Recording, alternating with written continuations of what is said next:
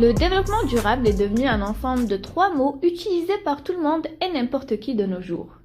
Que ce soit une multinationale des plus polluantes au monde comme Total Energy, à qui d'ailleurs les Nations Unies à travers son pacte mondial l'a reconnue comme entreprise lead pour sa démarche en lien avec le développement durable et dont le PDG d'ailleurs est élu en mai dernier à la présidence d'entreprise pour l'environnement.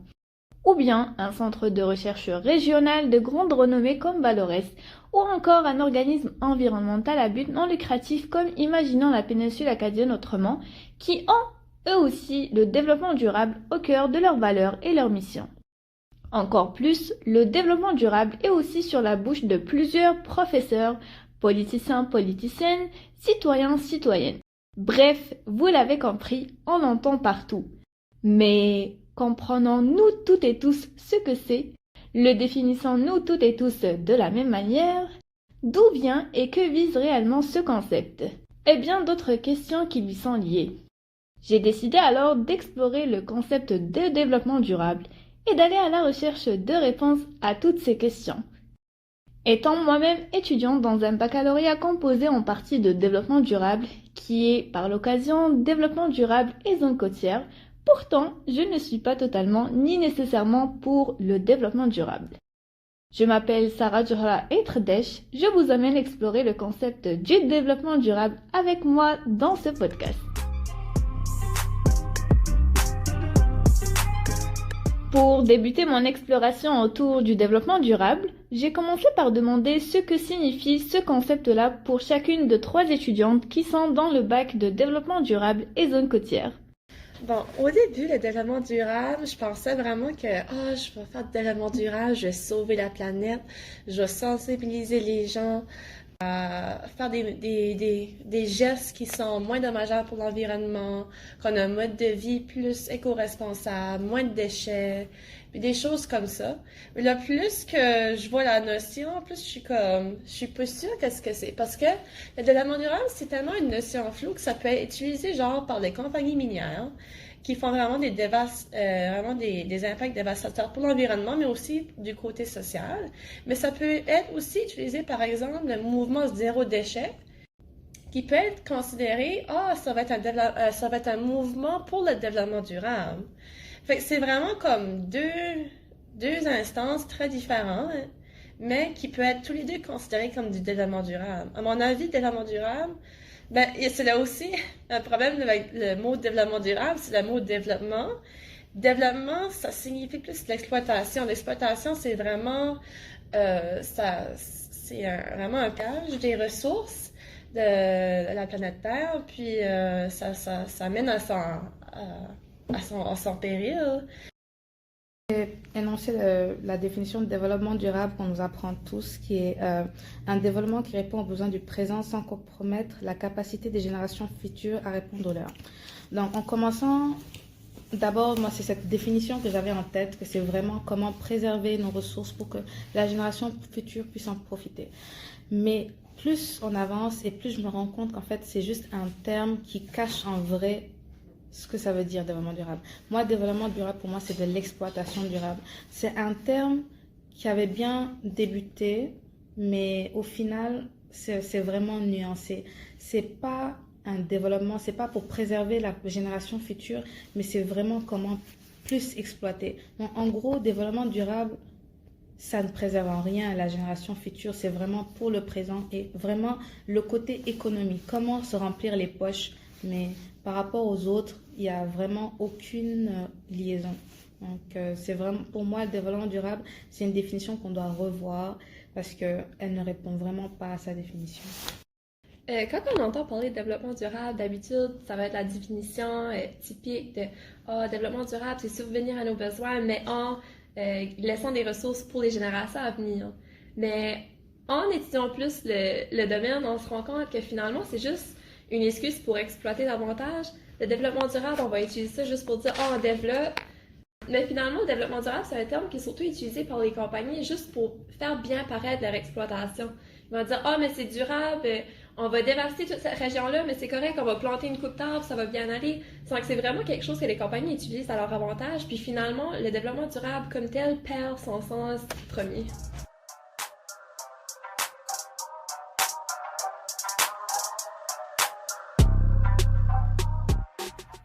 pousser mon exploration et ma recherche sur le développement durable encore plus loin, je suis partie demander les avis d'experts, mais aussi de personnes œuvrant dans différents domaines liés au développement durable.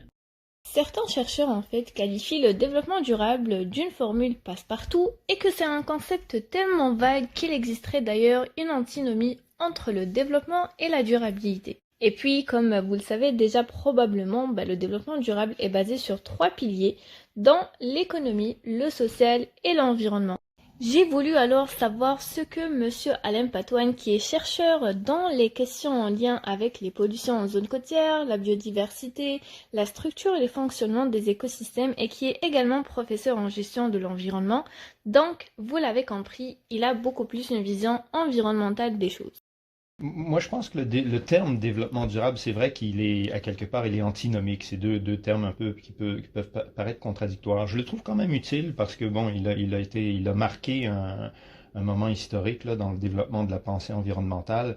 Et pour moi, il demeure valable dans la mesure où c'est un terme qui est venu au jour et qui se voulait en opposition à une manière de faire qui a prévalu pendant une bonne partie du 19e et 20e siècle dans les pays occidentaux et qui consistait essentiellement à surexploiter les écosystèmes pour maximiser les profits dans un laps de temps très court.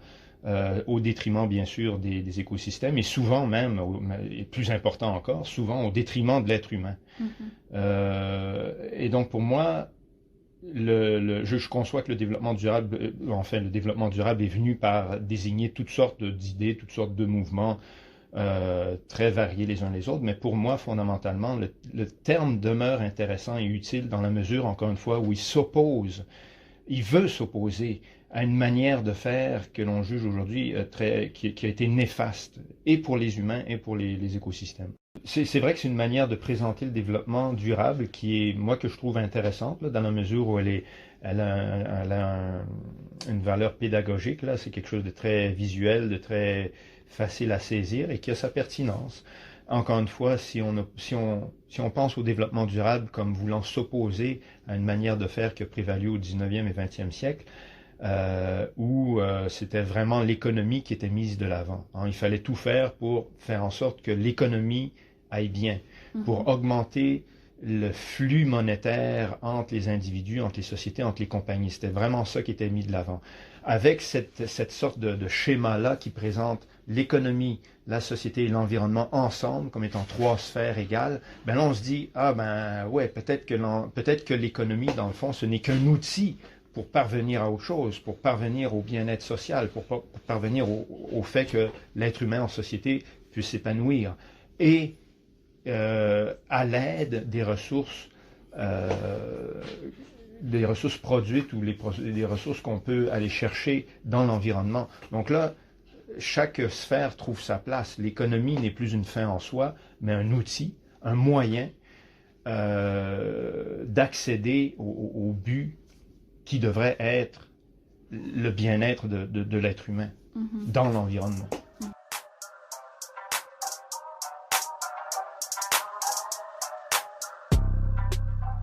Lors de la formalisation du concept de développement durable en 1997 dans le rapport de Brundtland, on y intègre 3 dimensions pour le réaliser. Une dimension économique qui prône l'efficacité et la rentabilité, une dimension sociale qui prône la satisfaction des besoins des populations en réduisant les inégalités sociales, et enfin, la dimension environnementale qui, elle, prône la responsabilité environnementale. Afin de comprendre ce que cela résonne chez les chercheurs, je suis partie à la recherche de l'opinion de Monsieur Yves Bourgeois, qui est professeur d'économie et qui est également chercheur dans le secteur de l'innovation et les entreprises et régions, entre autres dans l'optique de développement, notamment en ce qui est trait à la transition énergétique. J'en fais le bilan qu'il y a une considération économique de production, le premier élément que vous avez mentionné. La deuxième, c'est ce qu'on appelle la régulation, c'est-à-dire comment est-ce que, c'est le côté social, comment est-ce qu'on fait pour assurer que les gens vont pas s'entretuer malgré les disparités, que la production économique génère. Un peu, vous avez cité Piketty qui mentionne le capitalisme produit des inégalités. Oui, non, mais il produit les biens matériels dont on a besoin. Comment on fait pour assurer la paix sociale tout en produisant des biens matériels dont on consomme? Sur la table devant nous, on le voit clairement.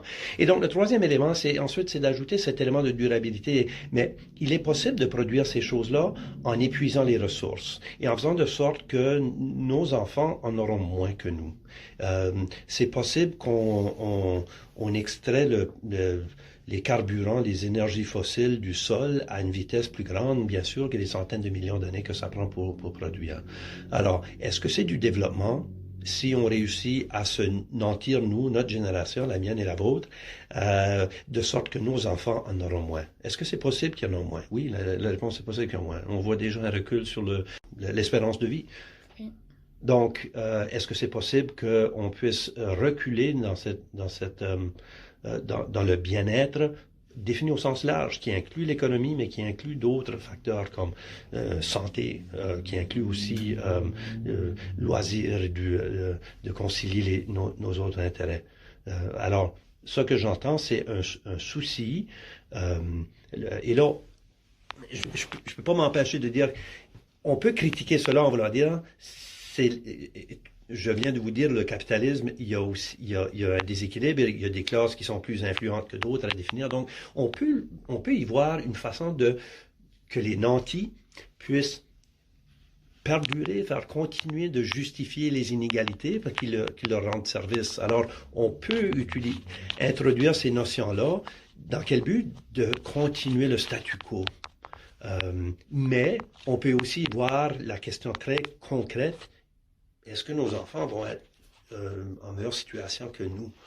Et si la réponse est non, et si la réponse est que c'est parce qu'on est en train de créer des défis de santé, parce qu'on pollue l'environnement, la qualité de l'air est moindre, ça engendre des maladies, on épuise des ressources qui ne seront pas disponibles pour la prochaine génération, donc il n'y aura pas les mêmes ressources matérielles. Alors pour moi, c'est pour ça que je dis le développement au sens large, disponibilité de ressources matérielles, mais aussi santé, aussi bien-être psychique, sociabilisation, etc. Même être bon citoyen puis d'avoir des informations fiables. Je questionne si on est mieux servi aujourd'hui qu'on y était 20 ans passés.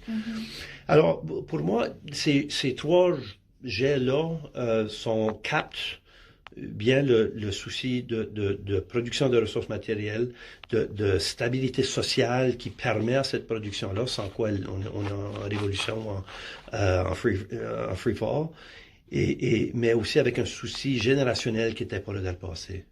Parce qu'on assumait qu'on pouvait juste déverser des toxines puis dans les eaux, puis du gaz carbonique, puis du charbon dans l'atmosphère, puis que la nature allait s'occuper de tout ça. Et on se rend compte que nos générations avant nous nous ont dupés, et on se pose la question de quelle façon est-ce qu'on pourrait corriger le tir.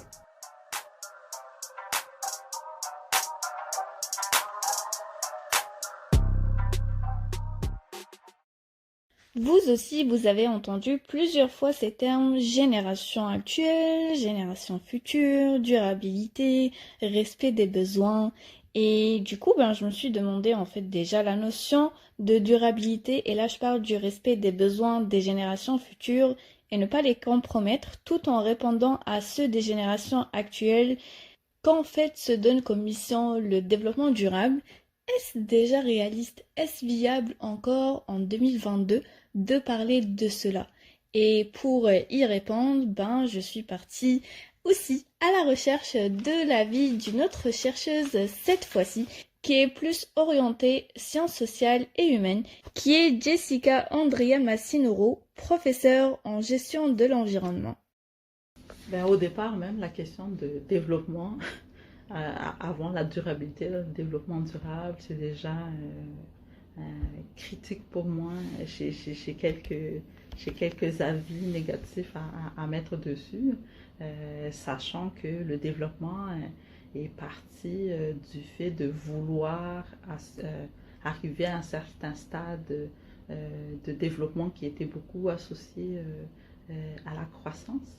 Et que l'idée, c'était de se dire, dans ce temps-là, que les pays sous-développés devaient atteindre un certain niveau de développement pour, pour bien vivre, si on peut dire ça, puis bien vivre dans le sens où il y aurait donc un progrès social qu'on retrouverait dans les pays développés et que grâce au développement, on arriverait aussi à trouver les mêmes conditions de vie, les mêmes progrès sociaux dans les pays en développement. Donc là déjà, il y a comme un petit point d'interrogation sur la faisabilité puis le réalisme qui accompagne ce développement-là.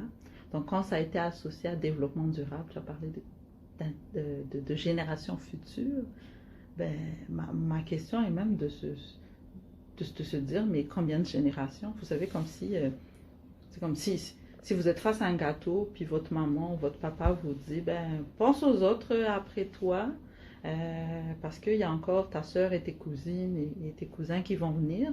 Ben, je sais à peu près combien sont-ils. Que je peux me dire, ok, donc je peux juste manger une petite portion parce qu'il y en a encore 10 de cousins et cousines qui vont aussi avoir leur part du gâteau. Là, et on ne sait pas quand on dit génération future, est-ce que ça va être mes enfants ou les enfants de mes enfants ou les enfants des enfants. Comme, ça va être 5, 6, 7 générations, 8 ou 10.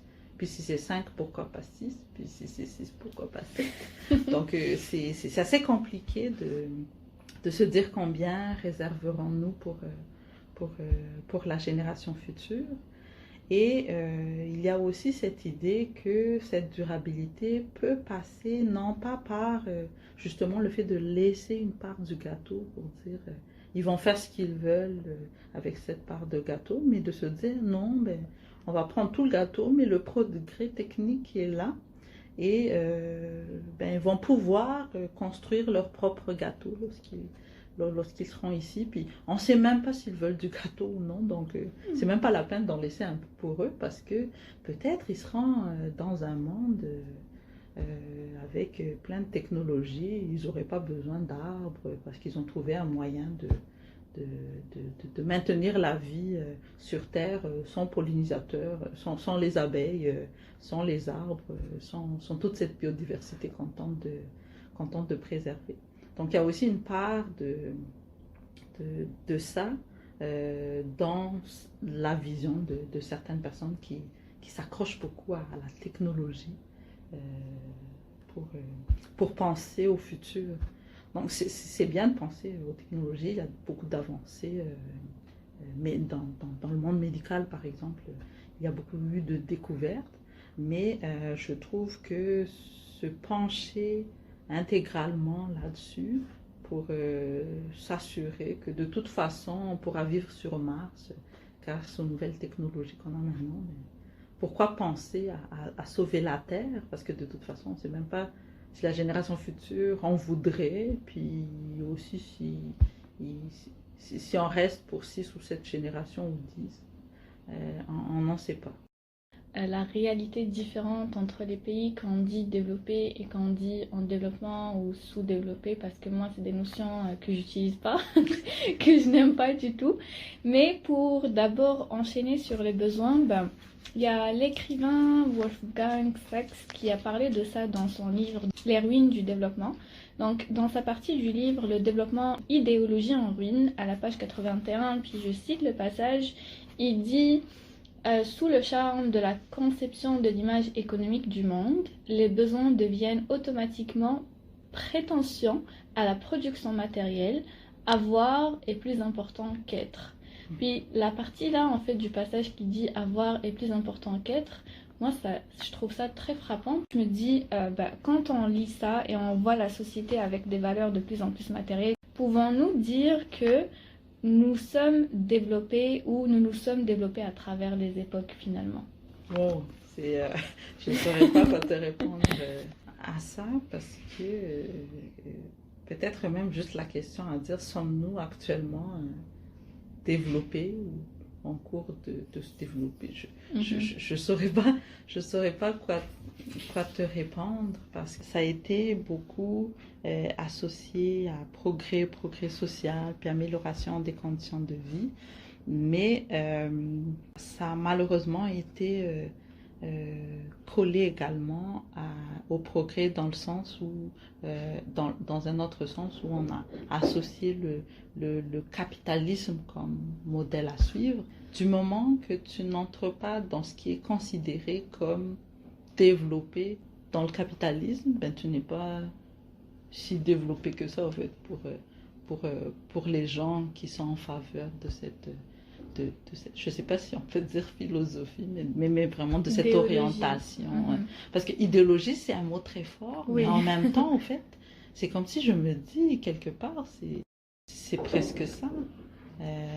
Si tu n'entres pas dans le marché capitaliste, ça veut dire que tu es une personne arriérée au fin fond de la brousse, là, qui connaît même pas c'est quoi être quelqu'un de développé. Mhm. Et je trouve ça difficile au fait de me dire que, si je reviens au mot idéologie tantôt, qu'on n'accepte pas le fait que le développement peut être compris de différentes manières, puis qui peut évoluer de différentes manières, dépendamment de l'endroit où nous sommes. Et contrairement à ça, on est face à comme une société qui nous impose ce qu'est le développement. C'est comme si j'arrive avec une robe traditionnelle que je trouve extrêmement jolie et que j'ai face à moi un jury qui me dit mais c'est moche au fait la robe que vous portez Mhm. parce que c'est pas une robe rouge parce que c'est une robe blanche, c'est pas une robe de telle forme parce que ça a une autre forme, donc on va considérer que pour nous c'est moche. Donc c'est un peu ça au fait le progrès qui est apporté par sommes-nous développés, c'est que ben, si ce que tu appelles progrès ne s'enligne pas avec ce qui est considéré dans le modèle capitaliste comme étant du progrès, ben, c'est absolument pas du progrès. Et du moment qu'on est en dehors de ce système, parce qu'on fonctionne encore autrement dans les campagnes éloignées, il y a notre mode de fonctionnement, on ne se change pas de l'argent contre travaux, ça va être, mettons, de l'entraide ou d'autres formes de capital humain qui n'est pas monnayable. On considérait ça, ou du moins le modèle capitaliste considère ça comme du non-progrès. Mhm. Et donc c'est ça que je trouve triste et pessimiste et peut-être voire dangereux à certains moments parce que on revient toujours à accumulation de capital, industrialisation. Mais à chaque fois je me dis mais j'ai pas envie de ton industrialisation. Est-ce qu'on peut juste respecter mon choix s'il vous plaît ou est-ce qu'on est obligé? Donc même si à la limite on se dit ben on n'est pas trop sensible à ce qu'on nous pointe du doigt pour dire ben vous êtes des personnes qui n'épousent pas le progrès, donc sous-développées ou tous les adjectifs péjoratifs qui vont avec ça. Mhm. Il y a aussi une forme de contrainte qui est quand même présent, qui est imposé, parce que c'est comme si c'est ça le modèle présentement. Alors, soit on l'accepte, soit on est en dehors, puis on n'est pas Développé. on n'est pas développé.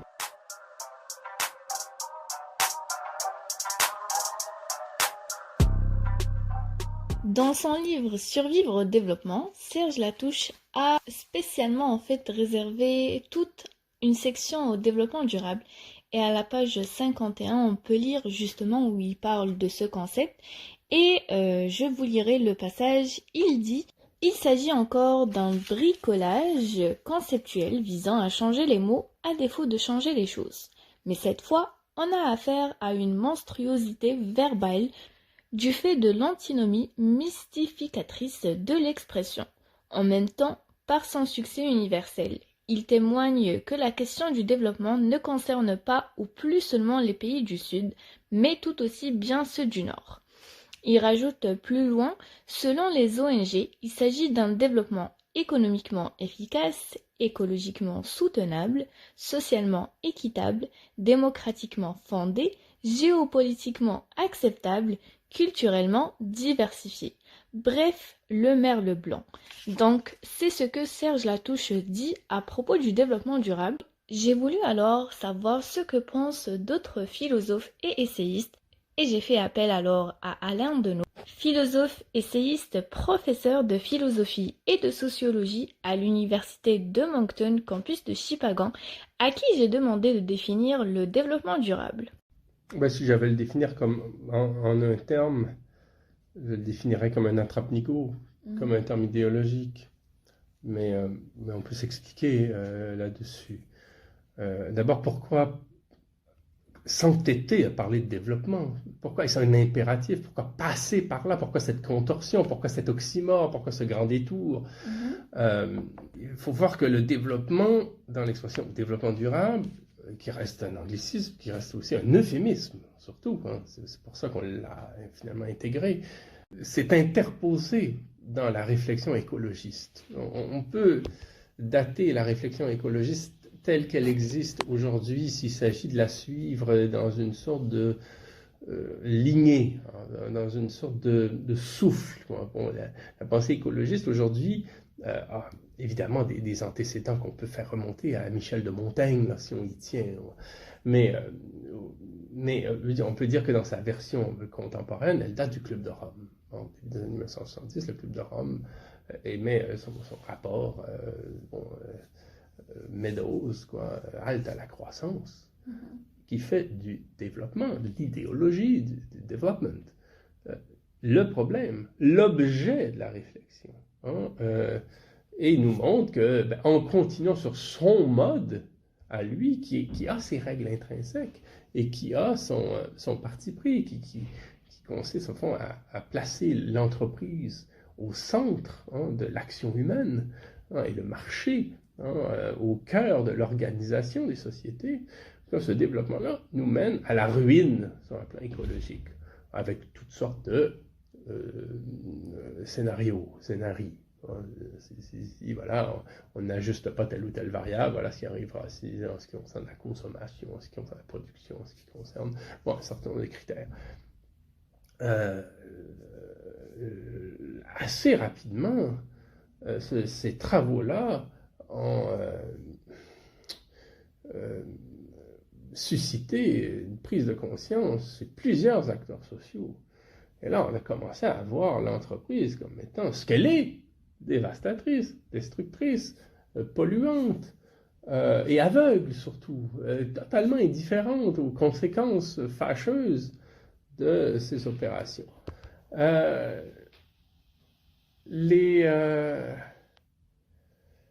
Le tour de passe-passe de certains idéologues qui ont fait partie d'une commission créée par l'Organisation des Nations Unies, qui s'est appelée environnement et développement. Donc tout était dans les termes à la base. Le tour de passe-passe, ça a été de faire passer le développement du rang d'objet au rang de sujet de l'écologie.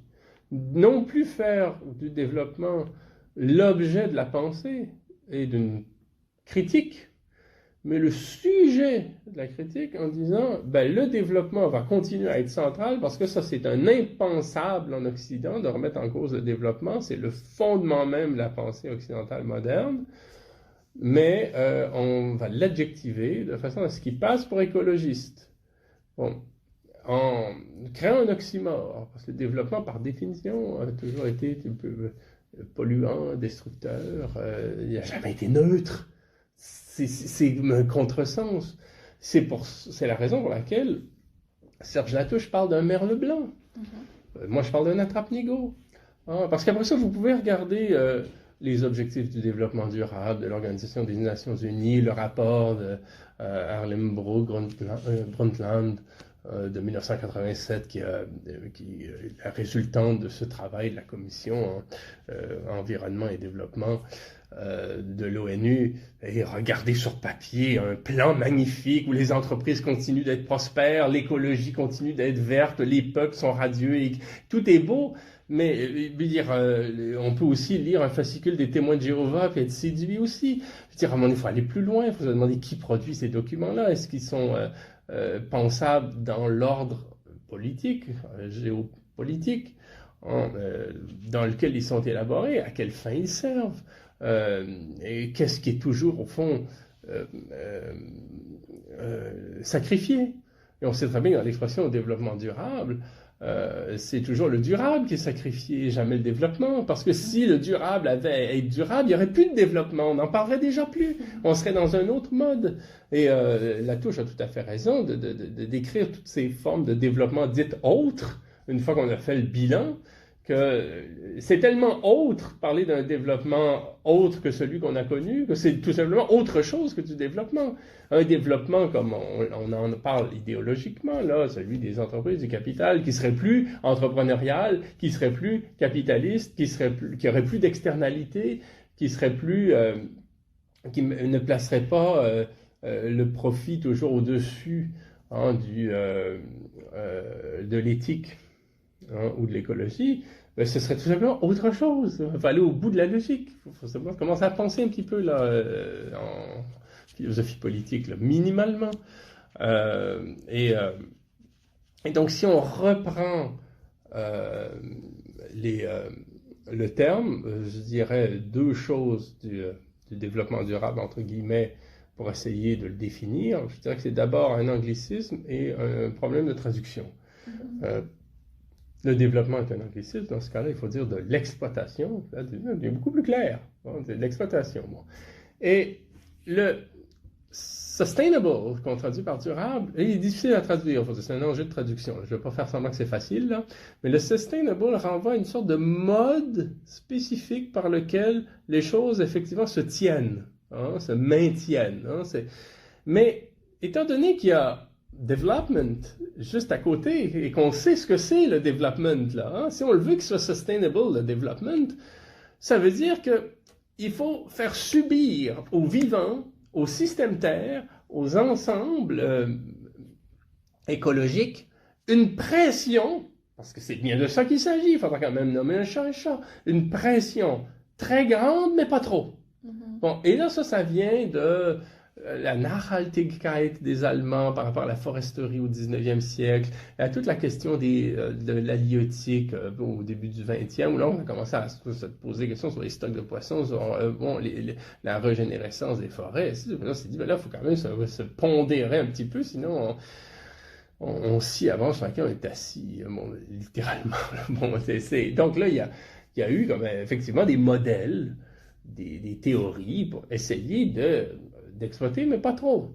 Donc je propose comme traduction, surtout pas le développement durable, qui est une façon idéologique finalement de tomber dans le panneau, puis de parler la langue du pouvoir, ce qu'on ne devrait pas faire quand on est des intellectuels, se contenter de parler la langue du pouvoir et de l'enseigner en plus, qui est un sacrilège. Mais je parlerai d'exploitation endurable. Bon, il me semble que ça ne veut pas dire qu'on adhère, hein. Je continue de ne pas adhérer à cette vision-là de l'écologie. C'est une lecture de l'écologie politique parmi de nombreuses autres. Mais parler d'exploitation endurable, ça veut dire que si on est pour le développement durable, entre guillemets, ça veut dire qu'on est pour une exploitation endurable par le système, ça veut dire qu'on est capable de se prendre des impacts. Bon, ce qui reste encore une utopie, je veux dire, une utopie qui n'est pas constructive, mais qui est une utopie qui fait simplement nous bercer d'illusions pour gagner du temps, parce qu'on n'y arrive jamais, c'est toujours au détriment de l'endurable et toujours au profit de l'exploitation. Bon, et puis, si on fait aussi un tour d'horizon, là, rapidement, des très nombreuses critiques dont cette notion fait l'objet quand on sort des théories somnambules, là, dans les couloirs gouvernementaux puis universitaires, là, on commence à lire des gens qui ont un discours sur ces choses-là. Il y en a pléthore. Hein. Moi, j'en finis plus de recenser les critiques que je vois du développement durable. Parfois, c'est dans un ouvrage en passant comme ça, c'est pas toujours central.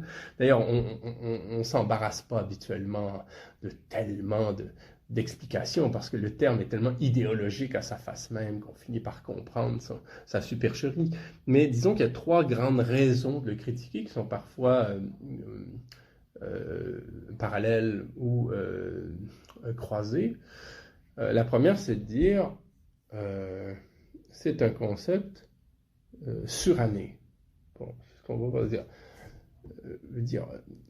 Mettons que ça a eu du sens en 1987. Bon, le développement durable. C'est un concept déjà qui était emprunté à l'OCDE, c'est une affaire d'économistes et d'entreprises, le développement durable à sa source même, que finalement la commission Brundtland a repris à son compte, puis il a été propulsé ensuite en 1992 au sommet de Rio. Bon. Admettons qu'à l'époque ça a du sens, comme le dit l'environnementaliste de cette époque-là, de cette génération-là, Jean-Guy Vaillancourt, hein, le concept de développement durable, disait-il, est devenu le cri de ralliement de tous ceux qui s'intéressent au développement économique et à la protection de l'environnement, c'est-à-dire à l'harmonisation de l'économie et de l'écologie. Bon, dans ces années-là, c'est comme ça qu'on fêtait la chose. Admettons que ça a eu un sens, de se dire, il n'est pas trop tard. Les entreprises ont intérêt à comprendre que si elles saccagent toute leur source de profit, ben il n'y en aura plus, même si elles pensent à très court-termiste, on va peut-être essayer de leur donner une petite perspective comme ça sur des décennies pour leur faire comprendre que si elles ne changent pas leur pratique, elles vont tout perdre. Ça sera peut-être dur sur leur descendance, ainsi de suite, je ne sais trop quoi. Admettons que ça ait eu du sens. Ça n'en a plus aujourd'hui. Bon, hein, ça sera le premier discours. Ça n'en a plus aujourd'hui parce que la conjoncture a complètement changé. Il faut savoir que dans les années 80, George Bush n'avait pas été président des États-Unis encore. George Bush le père. Bon, je ne vais pas vous fredonner les airs qu'on écoutait dans ces années-là. Bon, les films qu'on regardait, c'est comme toute autre époque. Il faut arrêter aujourd'hui comme des somnambules d'être dans un psittacisme par rapport à toutes ces références-là. C'est aussi, dans la même foulée, on peut dire, un discours qui a été éminemment récupéré. Récupéré sur toutes les tribunes, je crois que c'est Serge Latouche qui cite quelqu'un ayant repéré 40 acceptions du développement durable. Ça veut tout dire. Le PDG de Total Énergie aujourd'hui se targue de pratiquer le développement durable parce qu'on a ajouté un filtre par-ci puis on a restreint l'usage de tels produits par-là. Mais dire un rien mérite l'appellation de développement durable. Et il y a étonnamment personne pour s'en formaliser. Là. Ceux qui, un peu en rond de cuir, enfin en somnambule, parlent du développement durable dans les universités, dans les ministères, jamais vont se dresser quand quelqu'un va utiliser mal à propos l'expression de développement durable en disant c'est abusif, non, c'en est pas, vous ne devriez pas parler ainsi, vous manquez de rigueur. Non, c'est que tout passe. Tout le monde se satisfait du fait que tout le monde a sa petite définition fort commode du développement durable. Ça, c'est une première raison. La deuxième raison, ce serait de dire que c'est idéologique à la base. J'en ai parlé déjà. C'est une façon de sauver la notion de développement, de la restaurer, de la relancer, de lui donner une sorte de vigueur qu'elle avait perdue, une sorte de virginité. Le développement, s'il peut être durable, il est infini. Puis on va juste nous le faire subir pour l'éternité. Puis on va nous faire promettre que oui, on peut pêcher comme des malades, mais il va y avoir toujours autant de poissons dans les eaux, même s'il n'y a même pas de police pour vérifier, parce que comment voulez-vous contrôler ce qui se passe sur les eaux? Oui, on va couper à blanc, mais par rapport à des logiciels puis des modèles, on sait que dans 150 ans, il va y avoir une forêt pareille comme aujourd'hui, même si on l'a coupé comme des fous. Bon, puis là, c'est-à-dire qu'il y a un moment où le passage à la réalité ne se fait pas, quoi. Bon, puis même chose pour la qualité des eaux, mais surtout, la critique la plus importante sur le développement durable, elle est épistémologique. C'est que ça ne tient pas la route. Bon, mais ceux qui l'ont expliqué le mieux, même si c'est un peu expéditif, c'est Christophe Bonneuil et Jean-Baptiste Fressos dans leur livre L'événement anthropocène, quand on nous rappelle, et là je vais un peu en parler à ma sauce aussi, parce que c'est pas tout à fait leur argument, mais je vais dans le même sens qu'eux généralement, là. C'est que nous sommes dans un monde qui est en mutation, d'une manière inouïe. Il n'y a pas de modèle dans l'histoire qui nous rappelle, là, analogique ce qu'on vit maintenant, où on met en péril le système Terre lui-même. On procède, de par notre mode de vie, sous l'impulsion du capital, à l'extermination de centaines de milliers d'espèces. On rend méconnaissables des paysages, des territoires, on modifie le climat. Bon. Et là, on rendit à un stade où même le GIEC le dit, là. Bon, réveillez-vous les amis, là. Même le GIEC le dit, là. Qu'on est dans un stade où il n'y a plus rien sur quoi faire fond. Bon, alors que le développement durable relève méthodologiquement de la recherche opérationnelle, de la modélisation.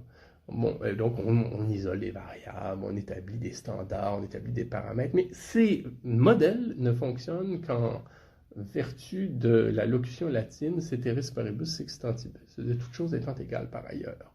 Alors, si tout reste égal par ailleurs, qu'on modifie deux variables, voilà la résultante. Si toute chose reste égale par ailleurs, on modifie d'autres variables, voilà. Bon. Mais le problème aujourd'hui, c'est que rien n'est égal par ailleurs. Tout bouge.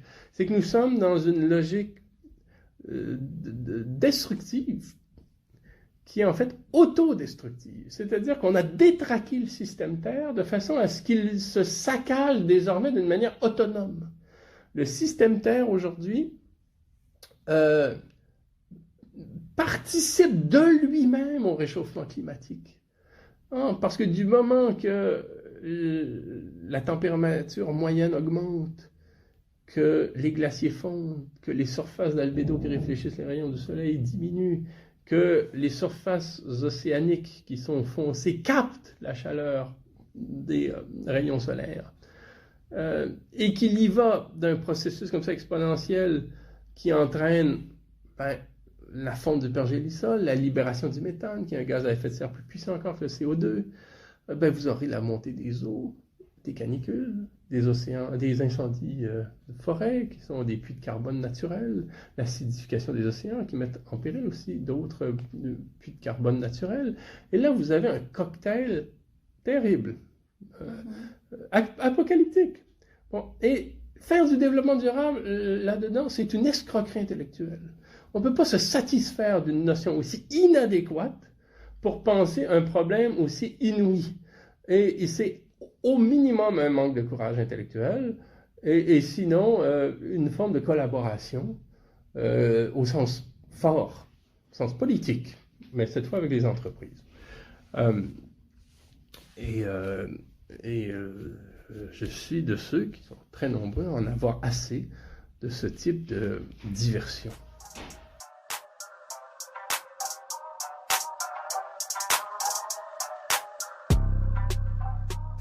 Après avoir écouté différentes critiques du développement durable sous des visions et des optiques divers, j'ai voulu laisser le micro à des instances qui promeuvent le développement durable et qui soutiennent des valeurs et visent des objectifs qui lui sont liés. En visitant le site web de la ville de Shippagan, on retrouve un volet développement durable dans la section environnement.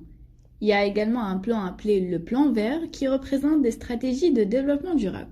Les objectifs concernent essentiellement le bénéfice d'un environnement sain et une bonne qualité de vie pour les nombreuses années à venir. J'ai donc demandé au maire de Shippagan, Kassim Doumbia, comment est appliqué le développement durable à l'échelle municipale et régionale. Très bonne question. Développement durable, c'est certain que la ville de Shippagan s'est dotée de plusieurs plans. On a un plan municipal vert, on a un plan en lien avec les zones côtières, pour justement s'assurer qu'on soit prêt advenant une catastrophe ou quoi que ce soit.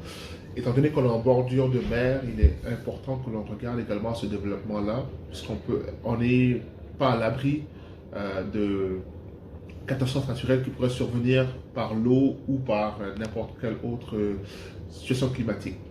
Donc comme municipalité, oui, c'est vrai, le fait de la planification est important, le plan est important, mais tout réside dans justement la mise en œuvre de ce plan-là. Donc pour ce faire, c'est certain que la municipalité n'a pas forcément les ressources ou l'expertise pour le faire. Donc on se greffe avec Valores ou d'autres, dans le passé on a déjà eu affaire avec d'autres organismes en environnement pour justement mener à bien les différentes initiatives qui se trouvent dans notre plan, s'assurer qu'on les suit, qu'on puisse mettre en pratique pour mettre en œuvre certains objectifs qu'on s'est fixés, mais vraiment on le fait en partenariat avec les partenaires de la communauté qui ont l'expertise et qui peuvent nous guider dans la réalisation de ces projets. Le plan vert, ou tout plan qu'on fait au niveau environnemental, on le fait pour être au niveau de la municipalité comme un chef de file. Et également, on permet avec ces plans-là d'éduquer notre population. Donc, parce que c'est pas seulement la municipalité qui est responsable du développement durable du territoire, mais chaque individu doit également faire sa part si on veut que collectivement on arrive à un résultat. Donc nous, en faisant ces plans-là, il est important que l'on puisse montrer l'exemple, et par cet exemple-là, on encourage par différentes initiatives nos citoyens et citoyennes à faire de même, à suivre de bonnes habitudes, soit environnementales, qui vont permettre justement d'avoir une répercussion positive sur le territoire. Au niveau du plan, comme je vous l'ai dit, il y a plusieurs éléments du plan qui ont été faits. Mais je vous dirais, il y a encore pas mal de choses qui restent à faire. On le révise à chaque année, le plan. Donc, qu'est-ce qui a été accompli? On peut dire qu'on l'a réalisé. Mais qu'est-ce qui reste à faire? Tout dépendamment des fonds qu'on peut aller chercher. On s'assure toujours de faire un mariage entre les projets qu'on veut mettre de l'avant et le plan qu'on a développé, pour s'assurer qu'on suit justement qu'est-ce qu'on a voulu faire comme objectif au niveau environnemental et développement durable. Ben, je ne peux pas vous dire à 100% où on en est en termes de projets réalisés et qu'est-ce qui reste à faire, mais c'est un plan qui se fait, comme je dis, une mise à jour annuelle avec les responsables, notre ingénieur municipal, et tous les projets qu'on dépose sont en fonction des objectifs qui sont fixés soit dans le plan ou municipal vert ou dans le plan au niveau des zones côtières. Des organismes qui ont l'expertise dans le développement durable et qui peuvent aider à le réaliser, comme vous l'avez entendu. Alors je suis partie à la rencontre de 2 d'entre eux pour leur demander ce qu'est le développement durable pour eux et comment le réalisent-ils. Le premier est Valores, qui est un institut de recherche et avec qui j'ai échangé avec son directeur de développement des affaires, Sébastien Haché. Pour Valores, c'est certain que le développement durable, c'est au cœur de toutes nos activités. Donc, l'ensemble de la recherche qu'on fait chez Valores et l'ensemble de Valores, on garde toujours une optique de développement durable dans nos projets. Et pour nous, le développement durable, c'est vraiment d'assurer l'avenir. Dans le fond, d'assurer l'avenir des prochaines générations pour qu'on puisse continuer à profiter de notre région pour encore des siècles. Le développement durable est plus important aujourd'hui que jamais. Puis, c'est un incontournable. Donc, je pense pas qu'il est trop tard. Je suis de nature optimiste. Même si c'est de l'inconnu et tout ça, on en sait assez. Le consensus scientifique est qu'on doit prendre des mesures qui entrent dans les principes du développement durable pour augmenter nos chances, dans le fond, d'avoir un bel avenir. J'ai ensuite discuté avec Alexandra Casey, qui est la directrice générale de l'organisme environnemental à but non lucratif Imaginons la péninsule acadienne autrement, et je lui ai justement dit comment pouvons-nous imaginer la péninsule acadienne autrement dans le cadre du développement durable que l'organisme promeut. Je pense que c'est comme au cœur pas mal de nos préoccupations, puis c'est un peu ce qui lead, je dirais, comme les projets, on veut, comme la vision, c'est vraiment qu'on ait un aménagement de l'espace qui se préoccupe, puis qui soit respectueux de la nature, des gens qui y vivent, de la communauté, puis qui prennent conscience aussi des particularités de cette communauté-là. La péninsule, il y a vraiment plein de belles ressources, puis autant naturelles, là, mais que des personnes, puis la façon de vivre, etc., que de défis. Il y a des régions qui, c'est éloigné, là, les petites villes, tout ça. Fait que, c'est ça, il y a plusieurs défis. Il faut tenir compte de ça. On ne peut pas coller un concept ailleurs, puis le dire, ça va marcher dans la péninsule parce que ça a marché à côté, ça a marché ailleurs. Fait qu'il faut tenir compte de ça. Puis il faut tenir compte des prochains après nous qui vont être là, puis pas leur laisser un mess en bon français, là, tu sais, mais plutôt penser, c'est ça, penser long terme. Et puis si on était pour disparaître, que les projets aussi disparaîtraient ou que peu importe ce qu'on met en œuvre disparaîtrait, si on veut quelque chose qui va durer dans le temps.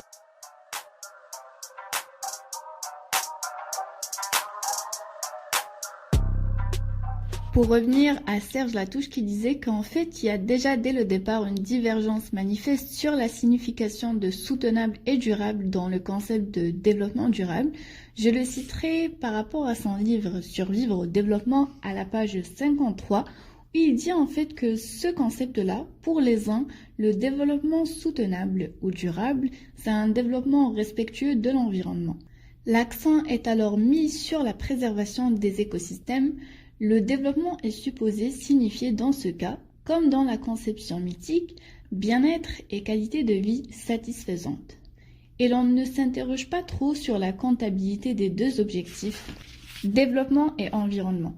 Cette attitude est assez bien représentée chez les militants d'ONG et chez les intellectuels humanistes. La prise en compte des grands équilibres écologiques doit aller jusqu'à la remise en cause de certains aspects de notre modèle économique de croissance, voire de notre mode de vie. Cela peut entraîner la nécessité d'inventer un autre paradigme de développement. Encore un, mais lequel, on n'en sait rien. Pour les autres, l'important est que le développement tel qu'il est et puisse durer indéfiniment. Cette position est celle des industriels, de la plupart des politiques et de la quasi-totalité des économistes. Bref, vous l'avez compris, le débat autour du concept de développement durable a déjà eu lieu depuis ses débuts et continue encore de nos jours. Arrivé à ce point du podcast, je pense que vous remettiez en question toutes les idées construites sur le développement durable et vous vous dites, finalement, est-ce que le développement durable est bien ou pas? Est-ce qu'il est si mauvais que ça? Est-ce qu'on doit le laisser faire? On doit carrément changer autre chose? Etc. Pas de panique, en fait, c'est l'un des objectifs de ce podcast, c'est-à-dire de vous faire réfléchir sur le concept.